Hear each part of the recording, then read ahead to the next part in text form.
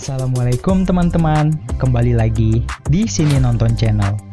Pada kali ini, saya akan menceritakan kisah lanjutan dari drama Korea The World of the Merit pada episode keempat. Buat kamu yang belum menonton video saya pada episode 1, 2, dan 3, saya sangat menyarankan kepada kalian semua untuk segera menontonnya terlebih dahulu ya, agar kalian dapat memahami cerita awal pada film sebelumnya. Baik teman-teman, gak usah basa-basi dan juga takut keburu maghrib. Langsung saja kita bahas alur cerita pada dalam filmnya.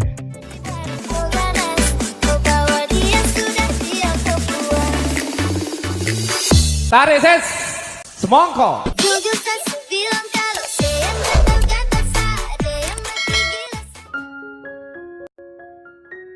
Film dilanjutkan di mana Sonwoo dan seorang pengacaranya sedang membicarakan tentang hak aset miliknya nanti jika ia bercerai dengan suaminya, yaitu Tae-oh.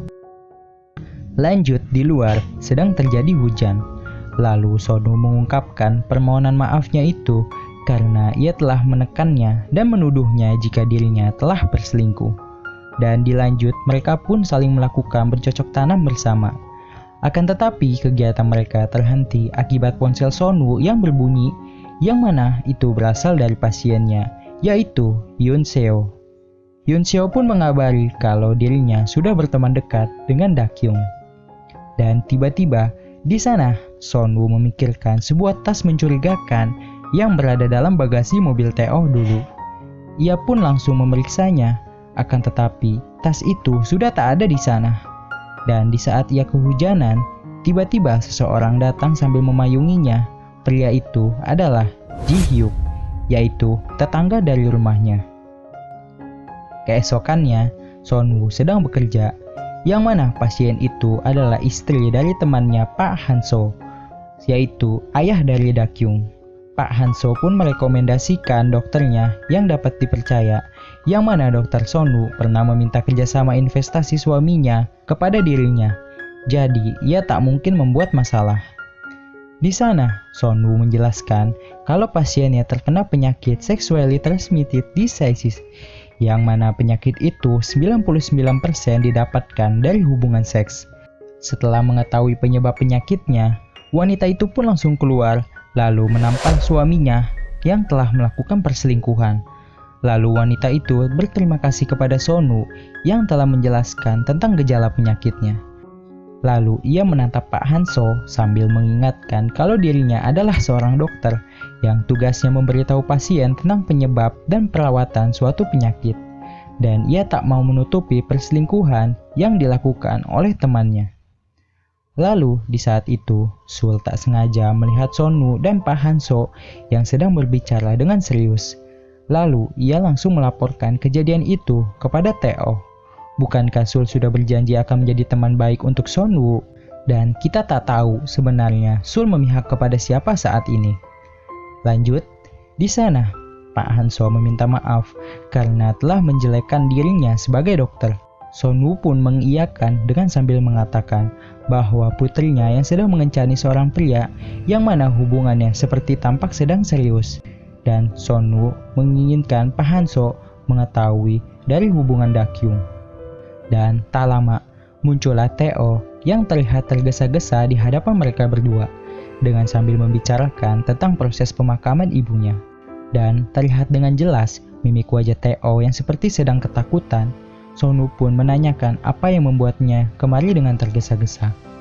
Tae-oh pun menjawabnya dengan penuh alasannya. Di rumah, Yo-jung dan Pak Han-so mendesak Dakyung untuk mengatakan siapakah pasangannya yang sudah serius itu. Dakyung pun membantahnya. Dan Pak Han-so pun mengatakan jika hubungannya tak serius, lebih baik mengakhirinya saja, yang mana Dakyung akan dijodohkan oleh orang tuanya. Di sana mereka pun saling bertengkar tentang perjodohan.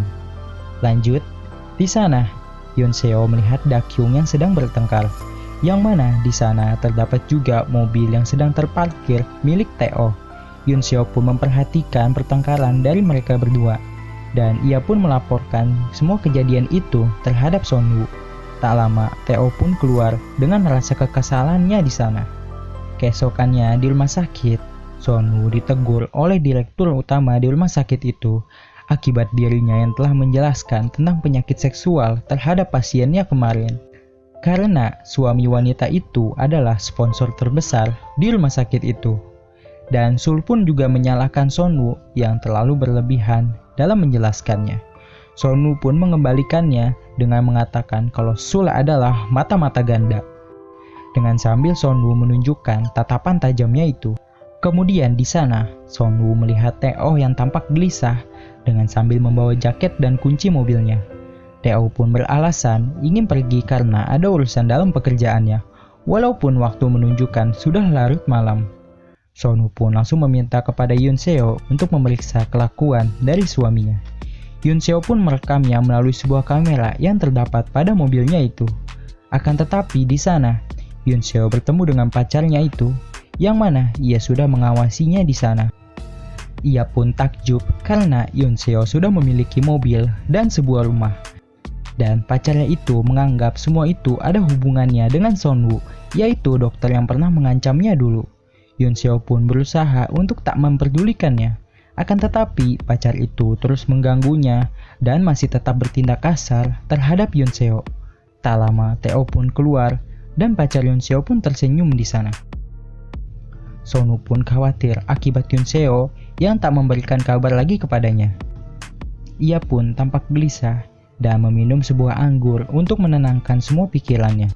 Lalu memutuskan untuk berlari malam agar dapat menghilangkan stresnya itu.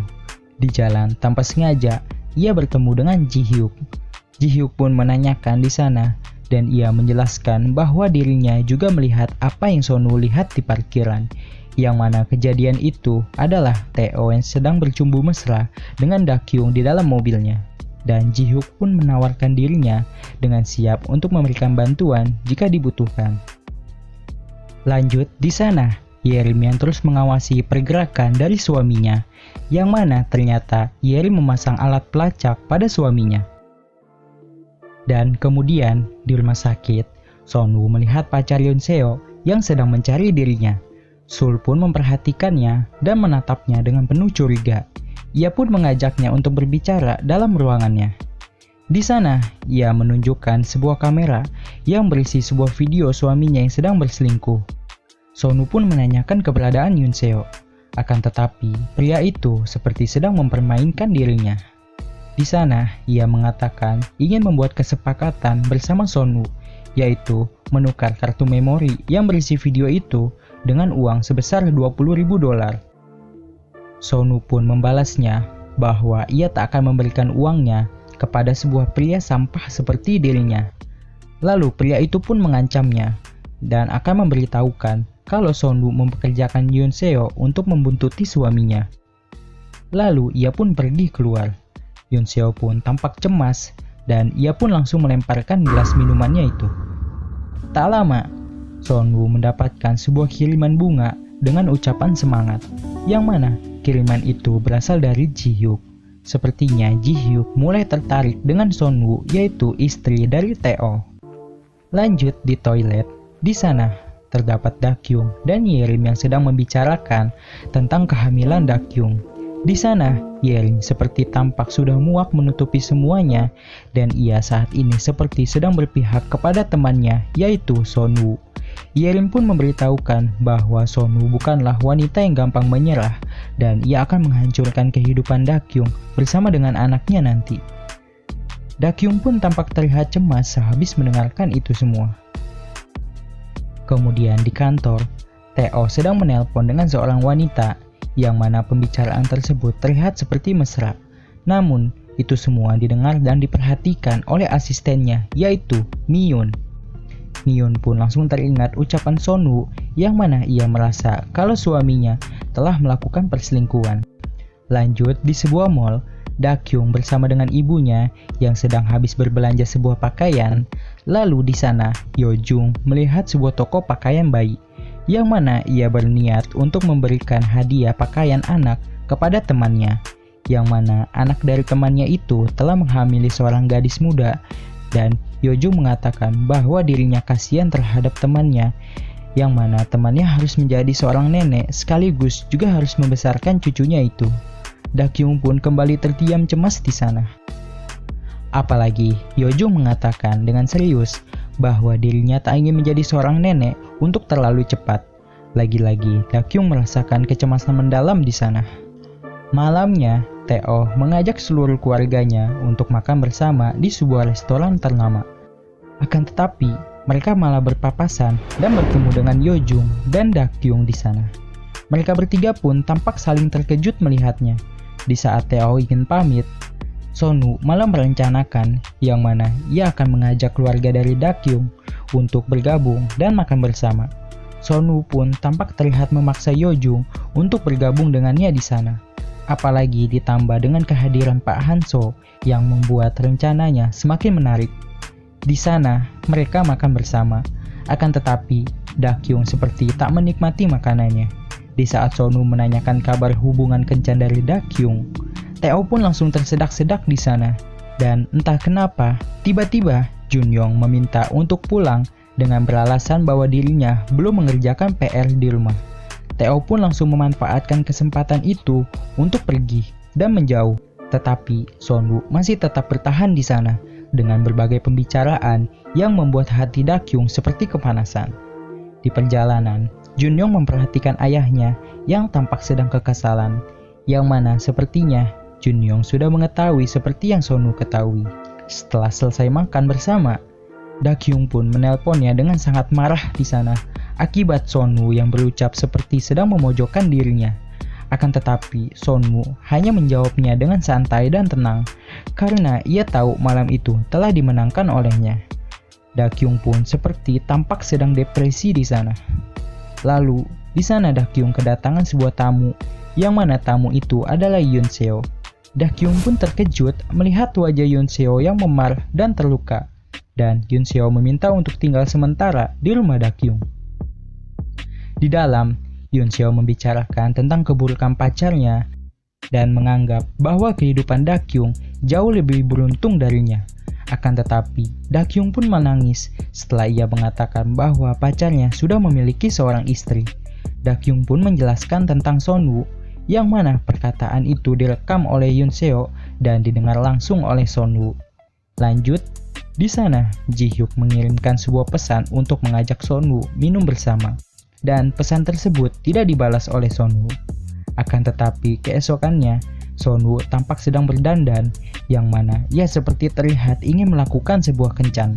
Tae-oh pun tampak heran melihat Sonu yang tak seperti biasanya. Dan benar saja, Sonu menyetujui kencan bersama dengan Ji-hyuk. Ji-hyuk pun langsung memuji Sonu yang nampak cantik itu. Di meja itu, Sonu terlihat nampak sangat bahagia bersama Ji-hyuk. Lalu Ji-hyuk pun mengatakan bahwa dirinya suka kepada Sonu. Dan Ji-hyuk menunjukkan sebuah kunci kamar hotel, yang mana ia sambil mengatakan bahwa itu bukan cara yang buruk untuk membalas dendam dengan Tae-oh. Ji-hyuk pun tersenyum lalu pergi meninggalkan. Lanjut, di lift, Sonu berpapasan dengan seorang pria.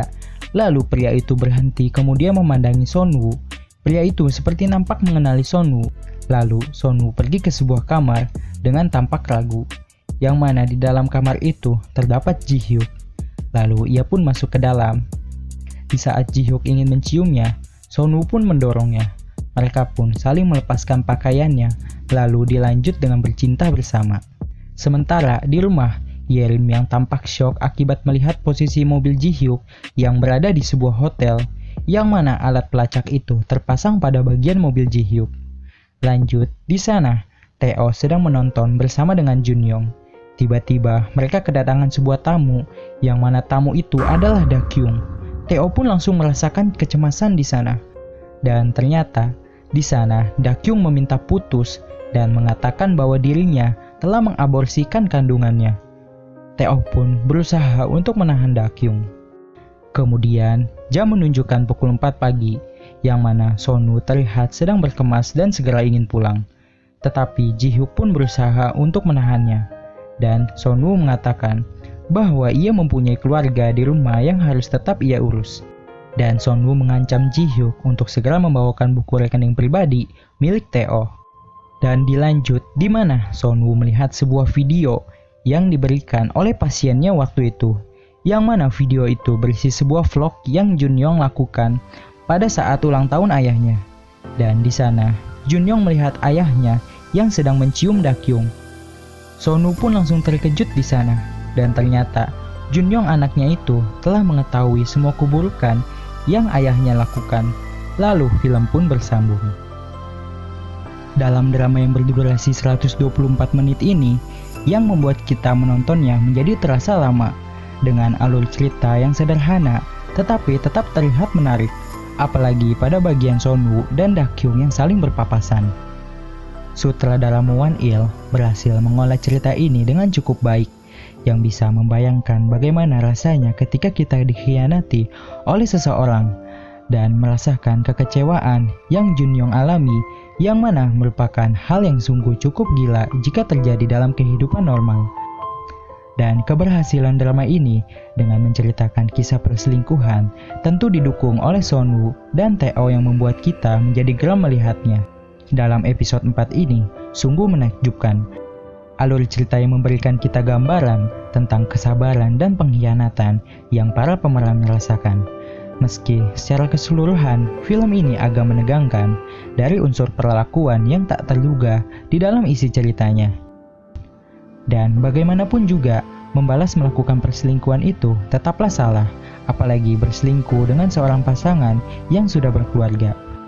Sudah sepatutnya para pasangan untuk saling menjaga hubungannya dan menyelesaikan semua permasalahannya dengan baik. Itulah yang dinamakan cinta yang sungguh kuat. Baik teman-teman, segitu aja kita membahas drama Korea pada kali ini. Dengan kalian menekan tombol like dan subscribe, kalian sudah mengapresiasi dari hasil video yang telah saya buat dalam waktu berjam-jam. Terima kasih untuk kalian yang sudah menonton konten ini sampai akhir, dan juga terima kasih kepada kalian yang sudah menanti konten-konten dari Sini Nonton Channel. Sekali lagi terima kasih dan keep health dan sampai jumpa lagi.